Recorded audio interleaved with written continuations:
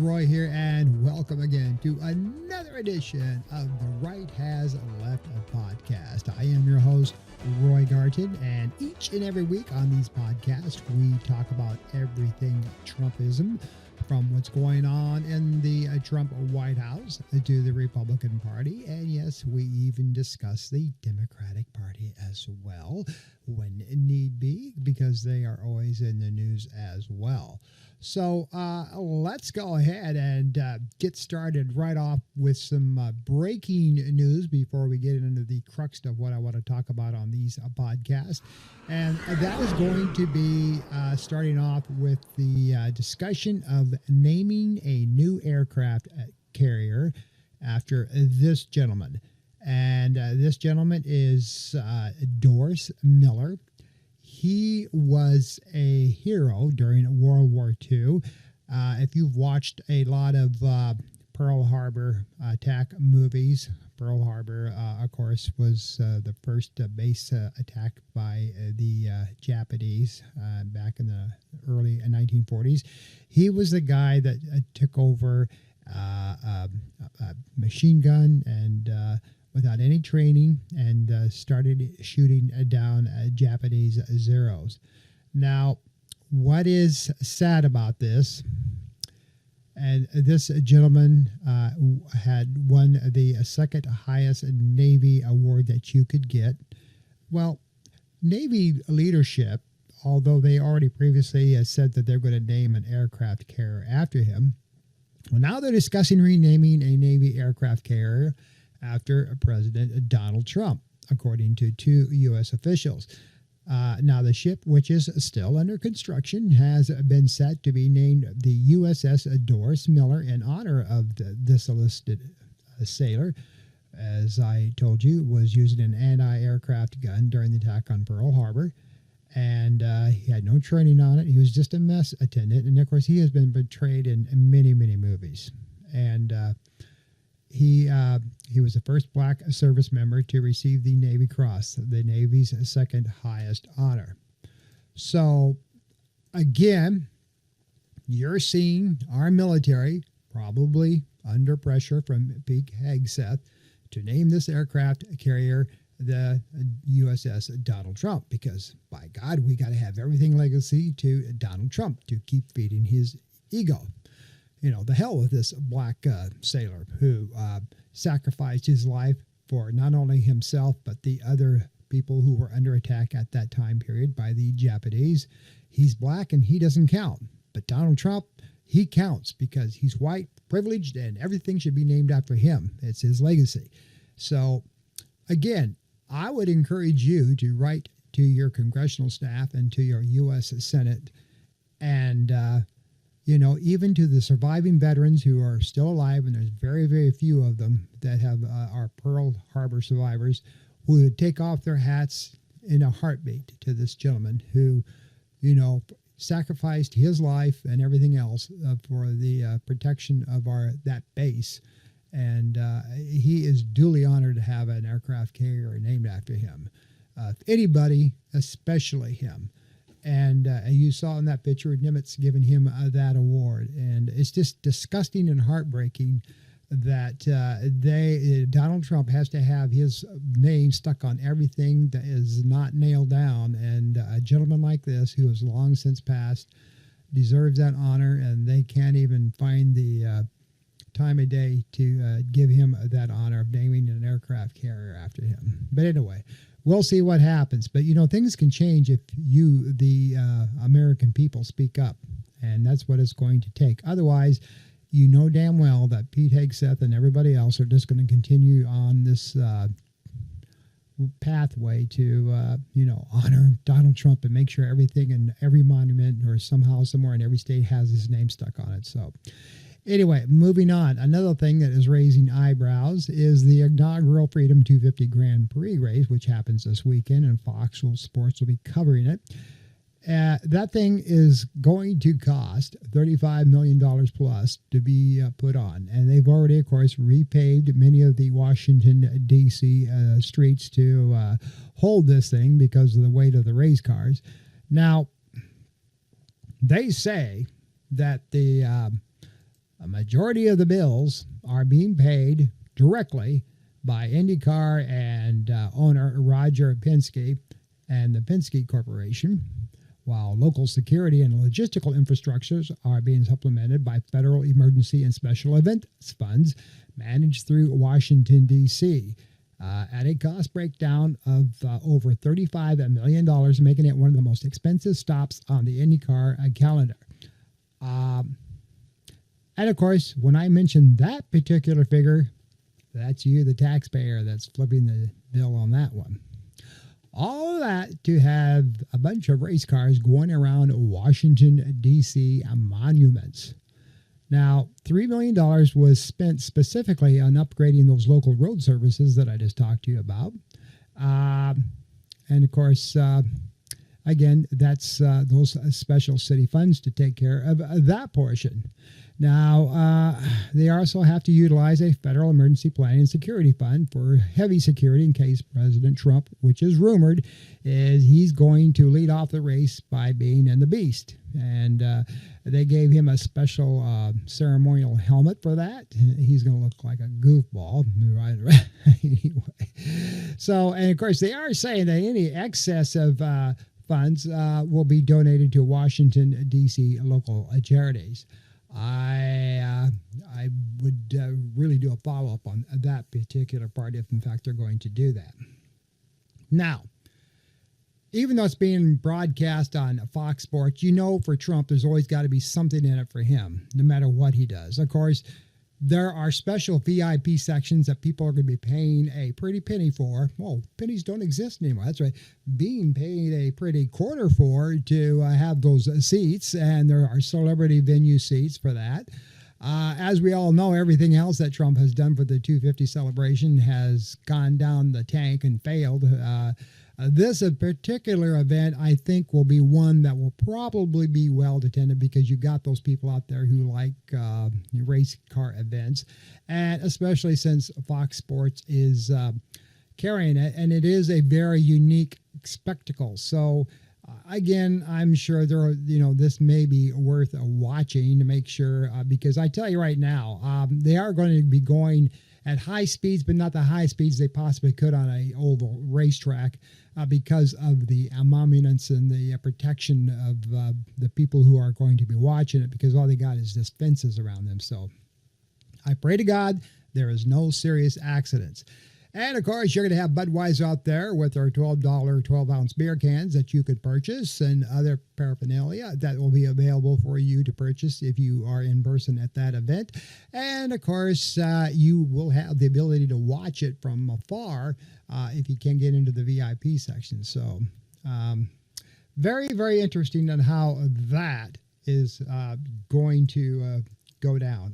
I'm sure that you're going to have some good viewing points. Yeah. All right. So let's take a look basically before we move on to what's going on here in Florida, because there's been some interesting things that have happened. First and foremost, we have been able to score some unusual victories. Progressive actually has scored an unexpected upset in Florida's Democratic primary for a Senate, and that was kind of interesting. And that particular woman is this lady right here, Angie Nixon. Now, she's a member of the Democratic Socialists of America, DSA party, but was not endorsed by the national organization, and she toppled Alex Vindman.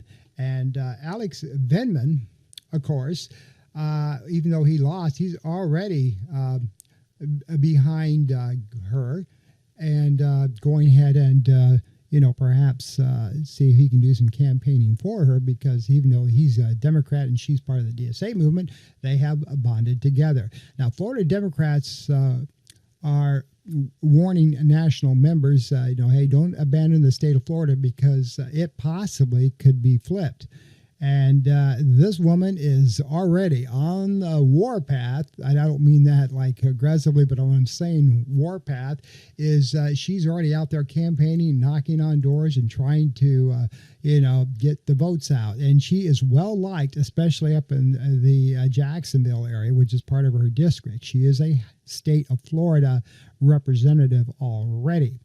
And that upset just shocked everybody, including the Democratic Party, that she would win. And of course, this guy who has a Sabato's crystal ball platform on the web, he had the state of Florida as perhaps likely Republican. Now he switched it to safe Republican, and I don't really endorse that particular movement about saying that. And I'll tell you why. Let's just talk a little bit about this. First and foremost, why did Angie win? Not so much because of the fad and the spectacle of socialist democratic movement, because they're picking up votes everywhere. I'll tell you why she's won. Believe it or not, there are more independent voters in the state of Florida than there are Republicans or there are Democrats. Of course, you've got the Democrats as the least popular party. Then you've got the Republicans, which there are a lot of here in the state of Florida. There's no, doubting that. It's a red state. But then you get to the independents, and they're the ones right now who are really fed up with what's going on in Washington. And the independents are made up mostly of young millennials and Gen Zs and a few Gen Ys who are hitting the 18 years of age, bracket. So that is who is rallying around these DSA Democrats. And you can't just blow them off and say, well, they're just a bunch of kids. What the hell do they know? No, they are the up-and-coming people who are going to be voting in this country, and you really need to pay attention to them because they're the ones that want the change. They're the ones that are fed up not only with the Republicans, they're fed up with some stuffed shirt Democrats, and they're fed up with the old ways. And even though you got all these, suitors and stuffed shirts and the baby boomer politicians sitting around in Washington, D.C. saying nobody can touch us, you need to watch out for them. I'm telling you, I don't care what anybody says, there is a good chance that Angie can unseat and beat Ashley Moody, who she is campaigning against. It's still, you got some time. And even though Ashley, of course, is going to have millions and millions and millions of dollars to just run ads all over God's creation, look what has happened up in Minnesota, Michigan. You can run all the damn political ads that you want. Your ass can still get beat. And that was already proven. So don't consider the fact that you can saturate the market with ads on social media and on, television, and you're just going to win because they'll get sick and tired of seeing your face and go to the polls. Well, hey, that's Ashley Moody. Let's just vote for her. It's already been proven that people like to see a face. And Angie knocks on doors, and she's well liked, and she is very sincere. And I really think that she'll give Ashley Moody a run for her money. Will she win? I don't know.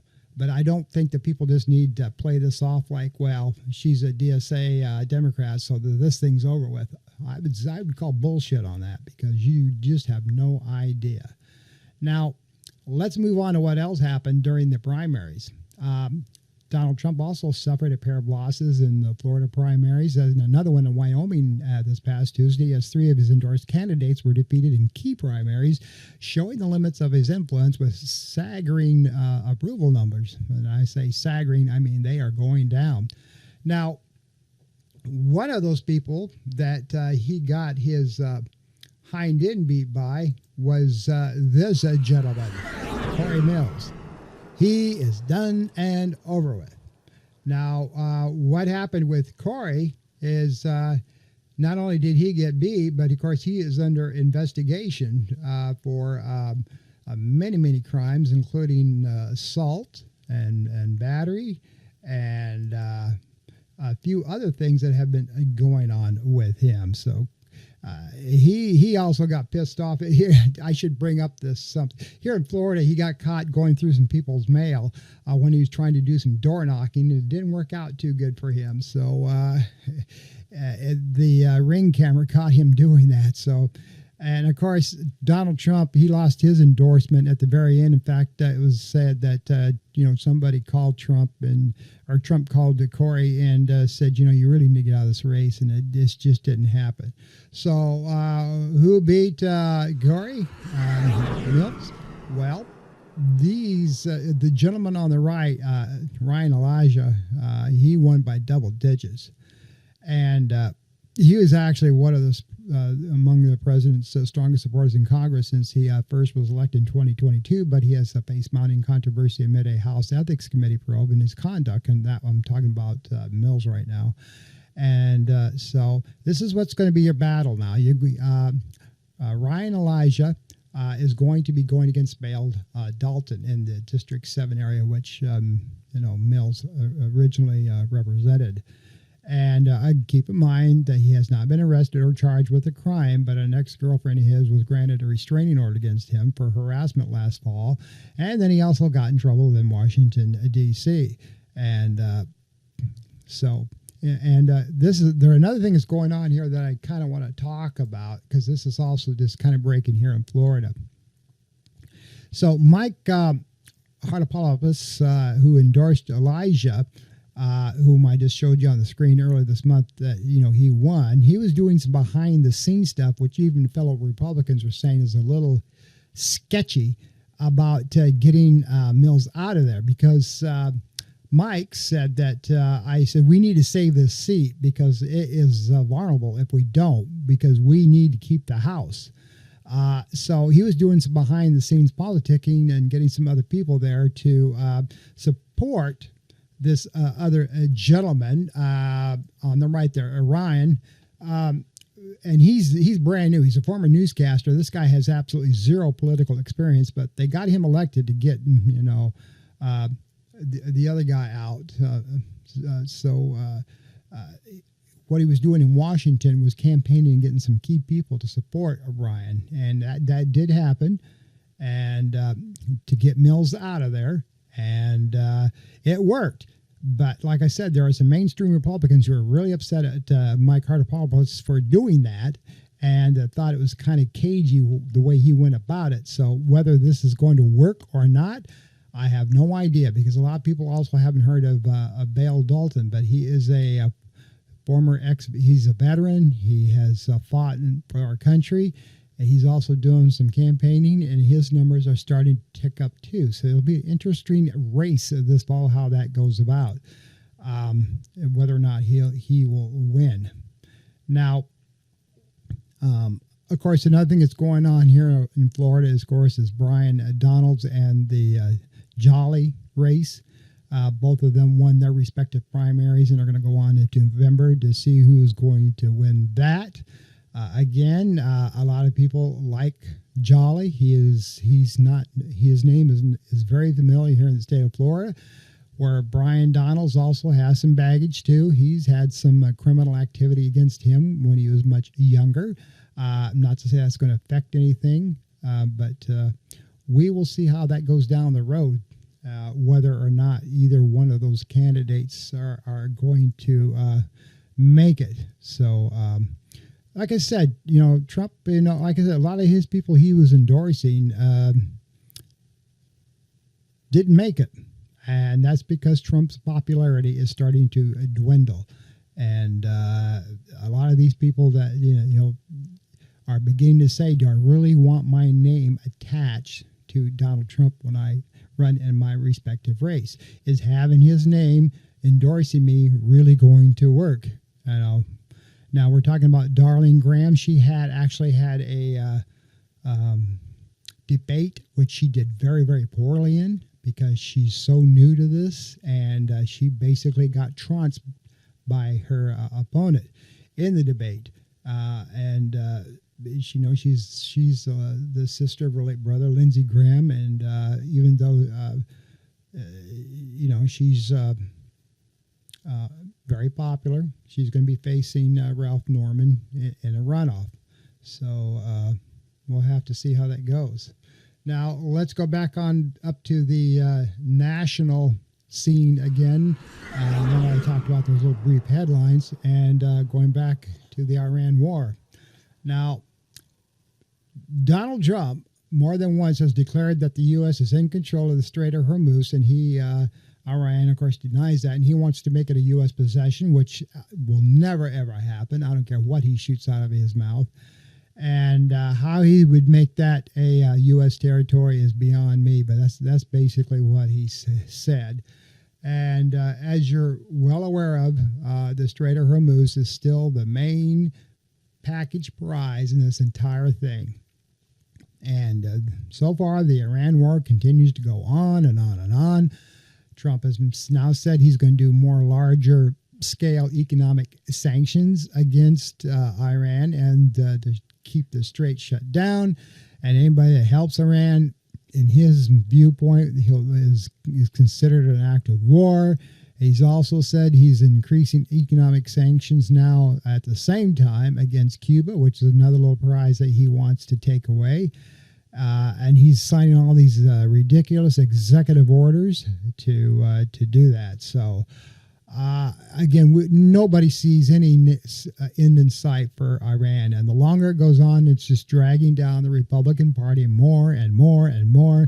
And as these people get out there and try to campaign and, still trying to say, I support the president and blah, blah, blah, blah, blah, you're getting people looking at them and go, if you do, I'm done with you. It's even showing up here in Florida. People, just getting sick and tired of this Iran war, and Trump has started it, and he has no way of ending it. So we'll see how that goes there. And speaking of Donald Trump, now he just signed an executive order aimed at changing current practices for childhood vaccinations, which is another eyebrow raiser. And a warmly worded post to his Truth Social platform on Wednesday, Trump's announced that the White House press secretary also, Caroline Leavitt, will also be leaving. And oh boy, is that one there also making the headline news.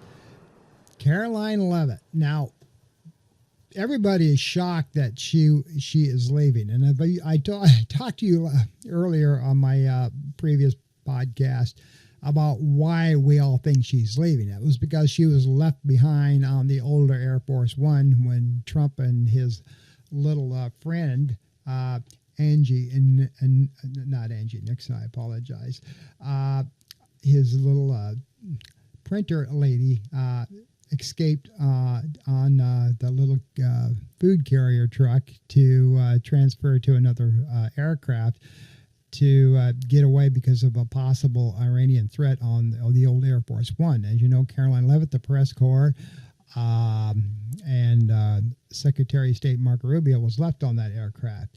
So what did Caroline Leavitt do just recently that kind of embarrassed the president? Well, watch this video and you'll kind of see what she did. Now, whether this was purposely released or not, but here's Trump, greeting people, and look at that unusually large thing sticking out of his butt there. And again, this is Caroline Leavitt's personal video. This is all looking great, and he's greeting people, and but and maybe she's just doing it and didn't really notice, but I think she did. As you see Trump walk up there, look at what's going on with his hind end there. Very, very odd. Yeah. And again, that's Caroline Leavitt that shot that. Okay. And so again, what is all going on here? Well, it all kind of boils back to this lady right here as to why you think there could possibly be some unusual things going on. And that's Natalie Harp, all right? Natalie Harp, of course, is really heavy in the news here lately. There's been some things going on. And Natalie Harp is considered Trump's personal executive secretary, assistant, okay? She's also been given the name the printer lady because she goes around and prints things that are positive so Donald Trump can see it. There's also a rumor that there's some this relationship could be more personable than everybody's claiming to say, and there has been some people off the record have said, yeah, they are pretty close. It also has been discovered that most of the posts, especially the AI generated pictures of Donald Trump looking very manly and big chest and, macho man, have all been created by her. She is one of two people that have access to Trump's personal Truth Social sign-in. And it has been shown that she's the one that created that meme that had Barack Obama and his wife looking like a primate. That was highly, highly insensitive, and Trump did take that down. But and you see these posts that come out at like 2 or 3 o'clock in the morning, and I kind of figured that Trump did not have enough technological know-how to make all these AI images, memes of himself. But now we know that it was Natalie Harp that is creating those, and she still does. So very, very strange about what's going on between those two. And we just seen Melania finally make an appearance yesterday for the first time in over a month. What's going on between those two? Because people were saying, he's around Miss Harp more than he is his own wife, and his own wife has not been making any First Lady events hardly at all. So is there some rift going on there too? People are again asking these questions. Here's a problem. I mean, it's okay to have an executive secretary, but as close as she is to Donald, and now you're seeing all this stuff come out about some of these little love notes that she's been leaving around. She cannot stand to be away from him more than 15, 20 minutes. You've got a 30-something girl obsessed with an 80-year-old man, and it is a little unusual. Harp's own brother said that the relationship is very questionable, and she said that he saved his life with coming up with this revolutionary cancer thing that has also been dissected, and there again, this is kind of half truths. The medication that had saved the bone cancer within Miss Harp was actually approved by the Obama administration long before that. And although she wants to give Trump credit for it. So interesting stuff going on there.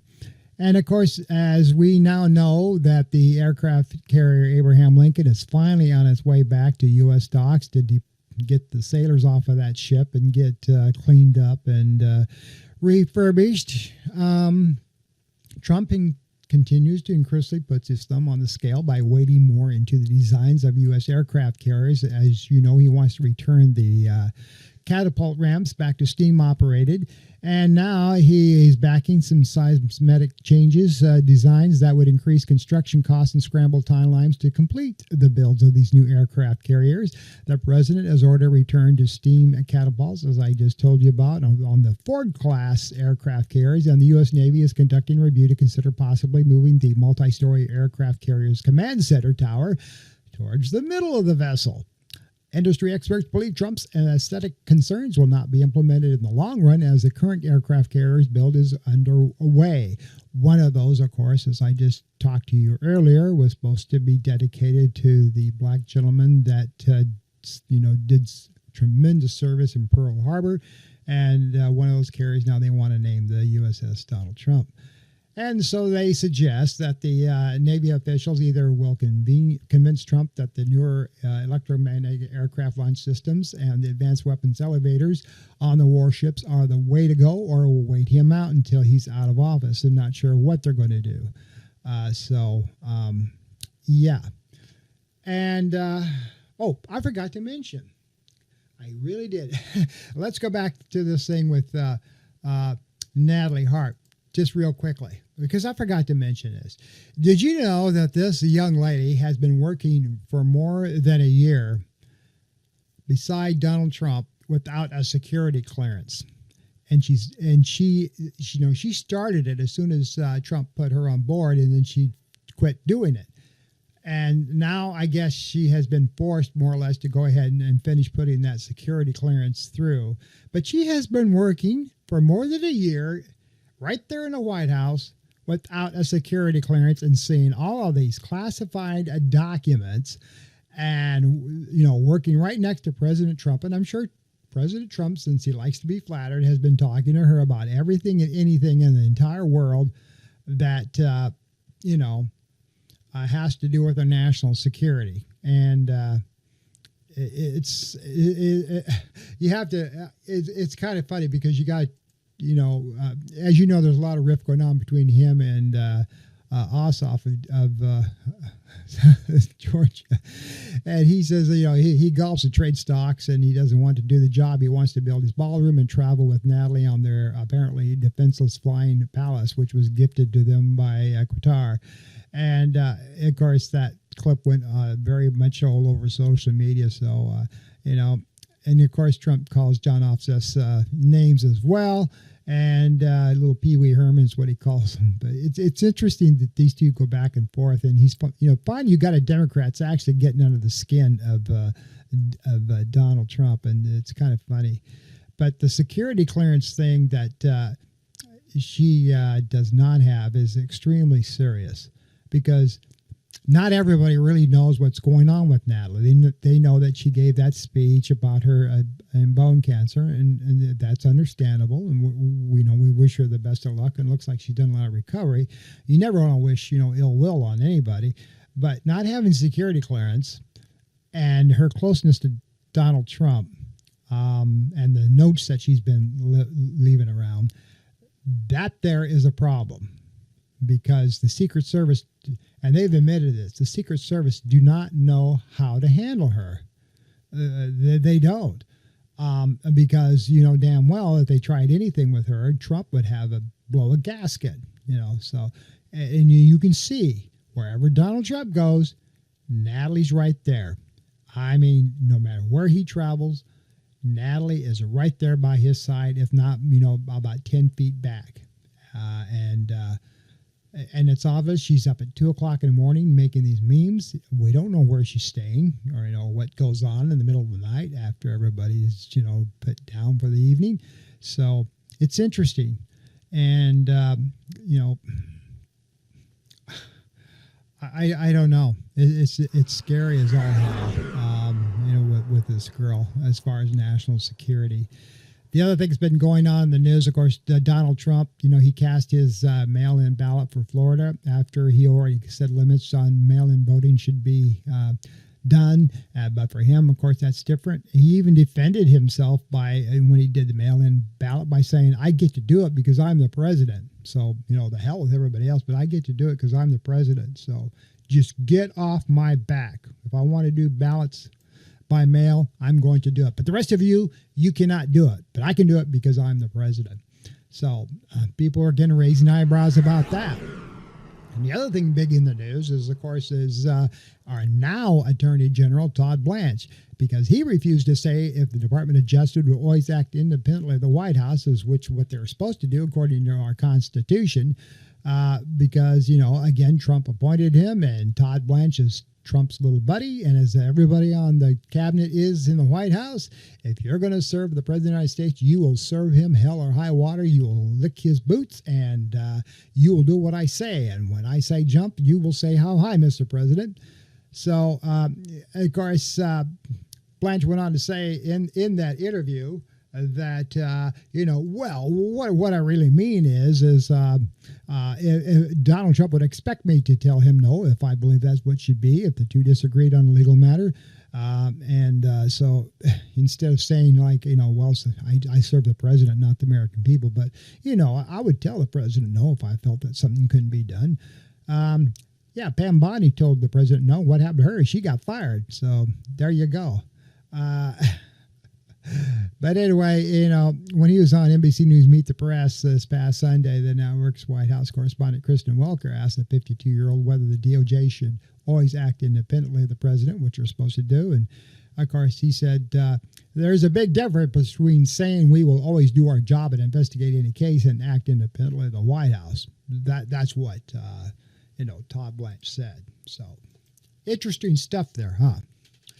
So anyway, in conclusion of this particular podcast, we have got a lot of serious problems.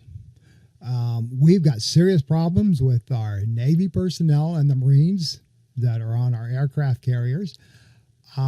They cannot get restocked because of the security issues of, in fact, one of our bases over there, U.S. bases, was, shelled. And the other ones, they don't dare bring battleships in there because they'll get shelled. They can't get, the only place they can get restocked is this little island, off in the Mediterranean, and the supplies for that has to come all the way from Hawaiian Islands, believe it or not. And that's just been recently investigated. Our press is doing a great job bringing out the real reasons what's going on here. And so now you've got the George Washington coming in, and they'll be stuck there too. All of our battleships have been out at sea longer than they're supposed to be, and supplies are dwindling. And so that, folks, has got to be taken care of. There's got to be a solution if you're going to put these battleships in there. And there is no solution because Donald Trump doesn't have any. It's just a damn crying shame. And it's a damn crying shame that we cannot get this black sailor a ship named after him for his courageous efforts that he did during Pearl Harbor. Trump has never served one day in the military. I don't care if he's our commander-in-chief today, but he's never served one day in the military. He hasn't have a ship named after him, and you got this guy here. The reason they're not, they want to do it because he's black. It's just, and I'm sure the black community is going to, when this thing really gets out to the mainstream media, which I hope it does, they're going to raise holy hell because this guy who won the Navy Distinguished Navy Cross for his heroic efforts taking an anti-aircraft